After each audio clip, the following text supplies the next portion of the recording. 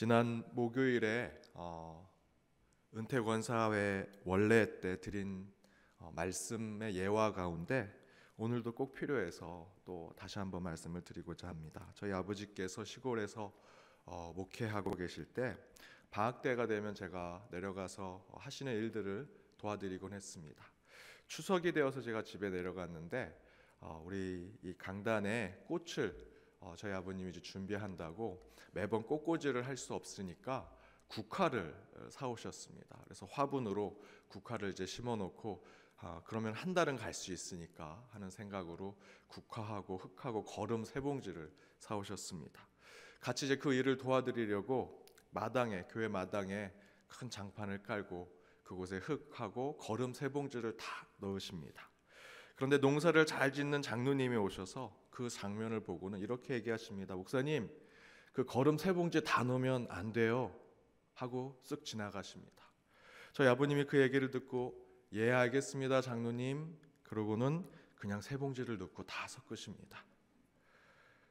그래서 제가 아버지, 장로님이 다 섞으면 안 된다고 하셨는데 왜 다 넣으세요? 그랬더니 아버지가 괜찮아, 아깝잖아, 다 넣자 해서 다 섞어서 그것을 국화 화분을 만들어서 그 다음날 주일에는 아주 잘 서 있었습니다. 근데 한 주가 지났더니 국화가 다 죽어버렸습니다.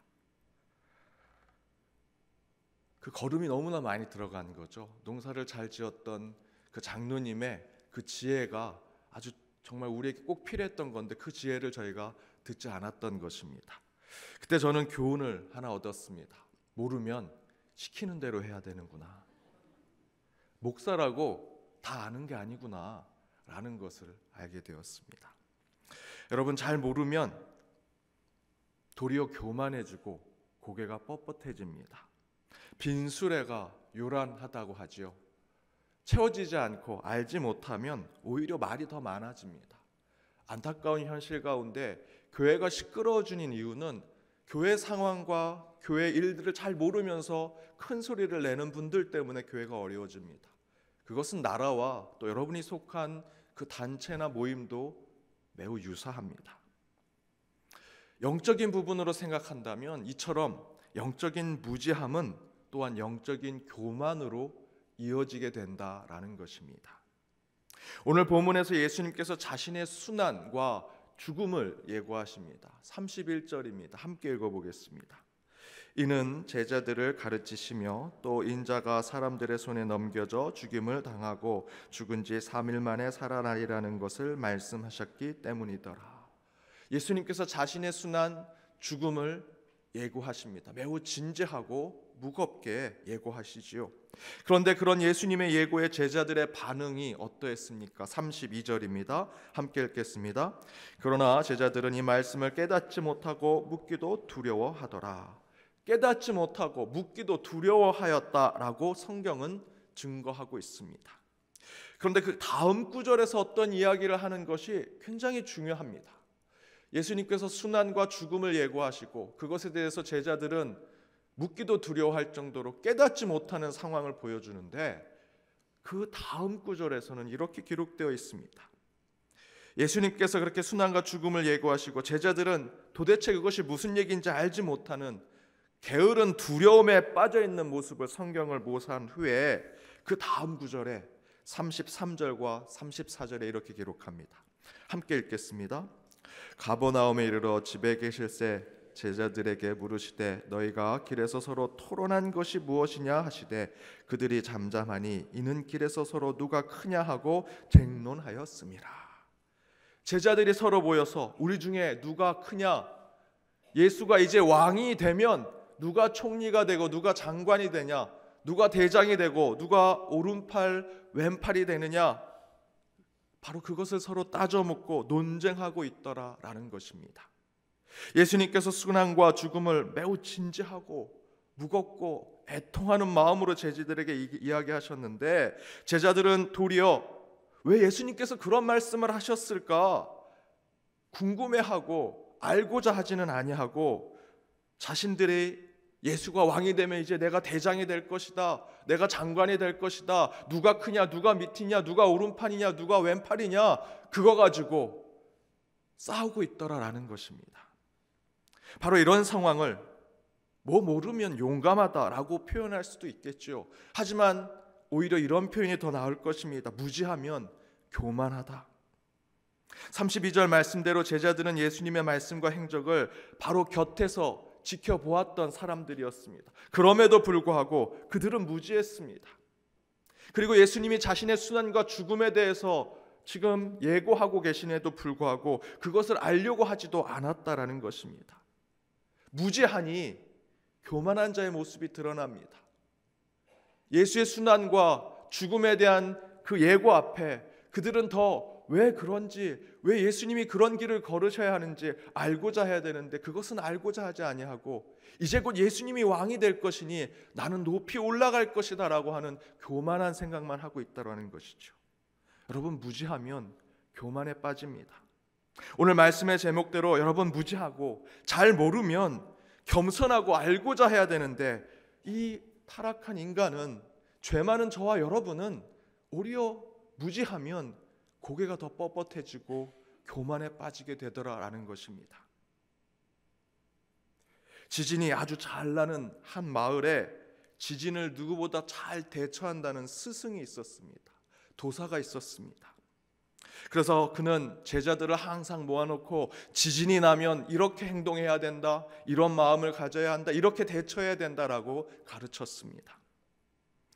그런데 어느 날 제자들과 함께 차를 마시고 있는데 진짜 지진이 일어났습니다.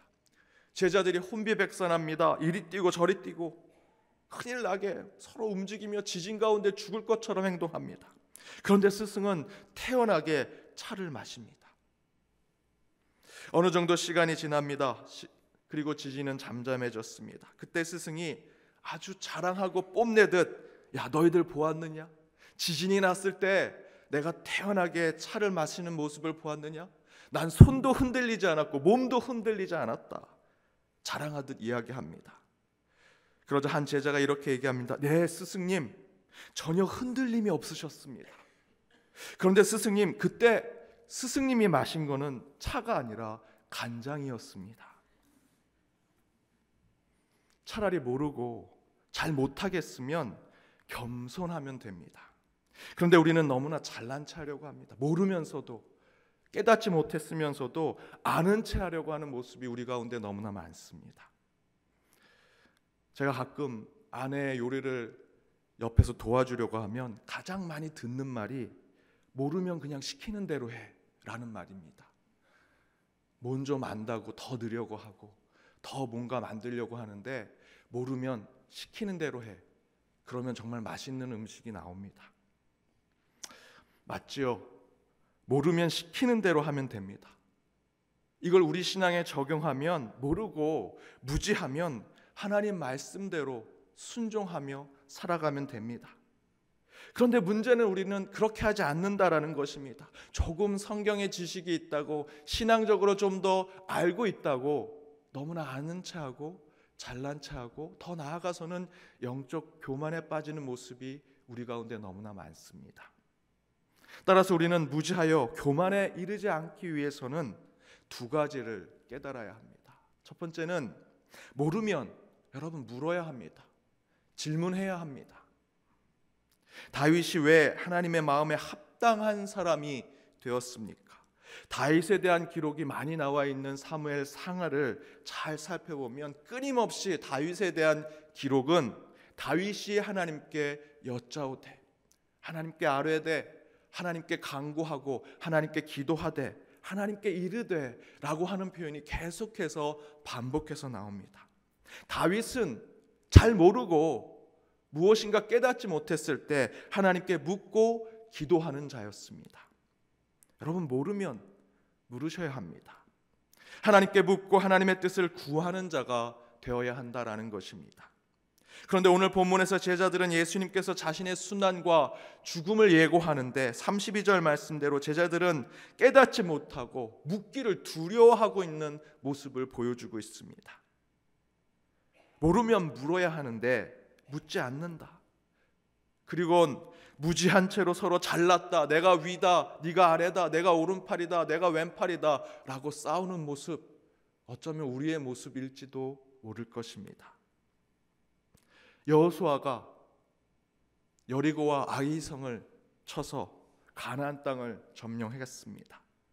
그 땅에 들어갔더니 기브온 족속이라고 하는 이방 백성들이 그 가운데 있었습니다. 그런데 이 기브온 족속들이 속임수로 화친을 맺고자 할 때 그 속임수에 속아서 여호수아는 이 기브온 이방 백성과 화친을 맺게 됩니다.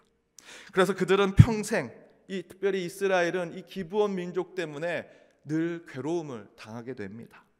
그때 왜 이것이 문제가 되었는가? 성경은 이렇게 기록하고 있습니다. 여호수아 9장 14절에서 15절입니다. 우리 화면을 보고 함께 읽도록 하겠습니다.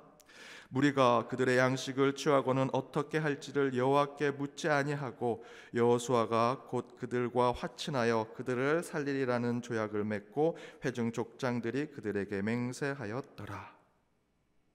여호와께 묻지 아니하고 화친을 맺은 것입니다.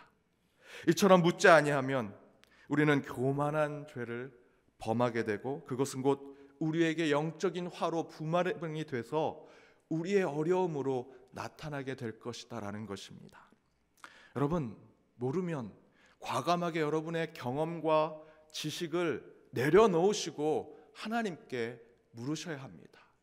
하나님께 간구하고 기도하셔야 합니다. 늘 하나님께 묻고 길을 나섰던 다윗과 바울처럼 우리도 그렇게 하나님께 묻고 기도하며 하나님이 인도하시는 길을 걸어야 할 것입니다. 오늘 새벽 기도 왜 나오셨습니까? 하나님께 물으러 나온 것입니다. 여러분, 모르신다면 하나님께 기도하는 시간이 되시기 바랍니다.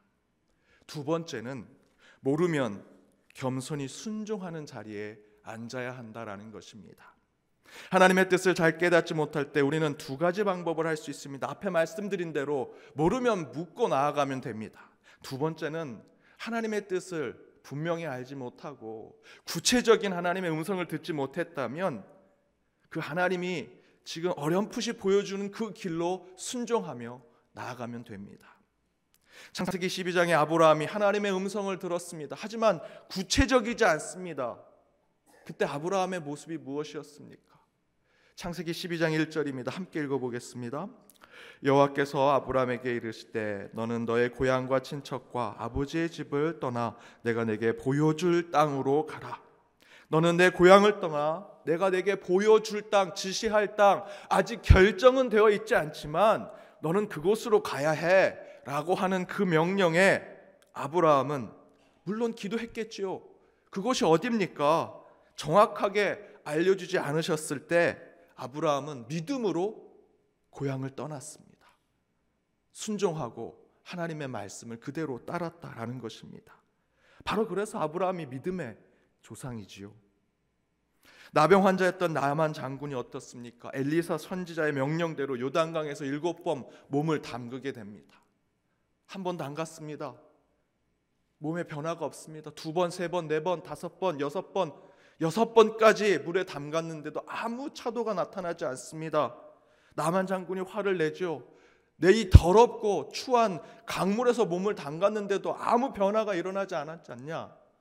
이에 엘리사를 소개했던 신하가 한 번만 더 담아라. 7번까지니까 한 번만 더 몸을 담그십시오. 그때 몸을 담갔을 때 아주 순결한 피부로 병의 치유를 받습니다. 때로 우리는 하나님의 뜻을 모르거나 분명하게 그 뜻을 깨닫지 못할 때가 있습니다. 하나님이 이렇게 말씀을 해주셨는데 더 구체적으로 제게 알려주십시오. 기도하고 간구할 때가 있을 겁니다. 그러나 분명하게 하나님께서 알려주시지 않는다면 때로는 우린 그 모든 것 내려놓고 그 하나님의 말씀대로 순종하며 나갈 필요가 있습니다. 저와 여러분의 삶이 그래야 한다 저는 믿습니다. 여러분 얼마나 복잡하고 다양한 삶을 살아가고 계십니까? 때로는 기도해도 주님을 계속 외치고 또 외쳐도 하나님께서 답을 주시지 않을 때가 있습니다. 이 길을 가는 것이 맞는데 좀 더 구체적이었으면 좋겠고 더 하나님께서 분명하게 보여주셨으면 좋겠는데 그러지 않을 때가 많으시지요. 바로 그때 우리는 아브라함처럼 미래에 아무 것이 확정된 것이 없을지라도 겸손히 하나님 말씀에 순종하여 그 길을 걸어가는 자들 되어야 할 것입니다. 잘 모르겠다면 여러분 순종하십시오. 그래야 무지로 인한 영적인 교만에 빠지지 않게 될 것입니다. 많은 우리의 기도의 내용들 가운데 분명하게 하나님의 응답이 주어지지 않을 때가 많습니다. 그러나 분명한 것은 우리가 가야 할 길이 주어져 있는 것은 사실입니다. 그렇다면 여러분 순종하고 그 길을 걸으십시오. 새벽 제단을 세워 우리 연동교회 믿음의 반석을 세우시는 여러분, 무죄하면 예수님의 제자들처럼 우리도 또한 교만해지게 될 것입니다. 거듭난 하나님의 백성들이 되었다면 여러분 무죄함에 머무셔서는 안 됩니다. 하나님의 뜻을 알고자 노력하셔야 하고 이를 위해서 늘 하나님을 붙들고 묻는 자, 간구하는 자 되어야 할 것입니다. 또한 때로는 하나님이 주시는 뜻과 명령대로 그대로 순종하며 나아갈 필요가 있습니다. 그 진행되는 과정 가운데 구체적인 하나님의 뜻을 보여주지 않으실지라도 그 길이 분명하고 그 길이 하나님의 음성 가운데 있는 것이라면 여러분 순종하십시오.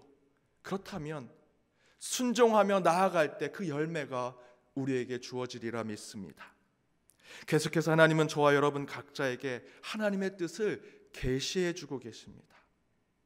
분명히 하나님께서 저와 여러분에게 하나님의 뜻을 허락해 주고 계신다라는 것입니다. 그런데 우리가 영적으로 무지하면 이 제자들처럼 교만에 빠질 것입니다. 영적의 무지에 있을지라도 늘 그것을 벗어나고자 하나님께 기도하고 묻는 자들이 되십시오. 분명하지 않을지라도 하나님이 주신 길이라면 그 길을 걸으십시오. 그 가운데 하나님께서 저와 여러분의 삶을 제자의 삶으로 이끌어 주시리라 믿습니다. 그 길로 나아가는 저와 여러분이 되기를 주님의 이름으로 기원드립니다. 기도하겠습니다.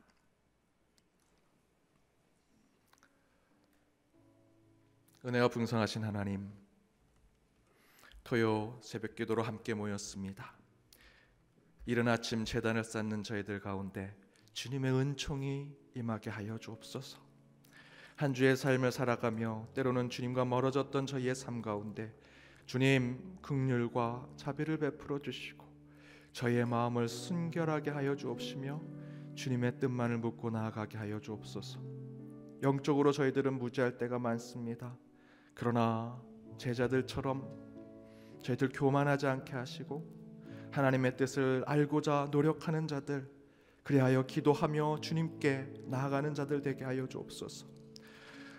많은 일들이 우리 앞에 있습니다. 하나하나 주님께 묻고 나아갈 때 분명하지 못한 저희들의 일들이 있을지라도 하나님이 허락하신 길이라면, 하나님이 허락하신 일이라면, 하나님이 허락하신 계획이라면 그 길로 나아가게 하시며 순종의 길을 걷게 하여 주옵소서. 반드시 그 가운데 주님께서 저희를 제자의 길로 인도하시고 축복과 은혜로 허락하실 것을 믿사오니 이 시간 기도로 결단하는 저희들의 삶이 되게 하여 주옵소서. 내일 주일을 준비합니다. 기도로 준비하는 자들 되게 하시고 예배하는 자들이 되게 하여 주옵소서. 이 모든 간구 예수님의 이름으로 기도드립니다. 아멘.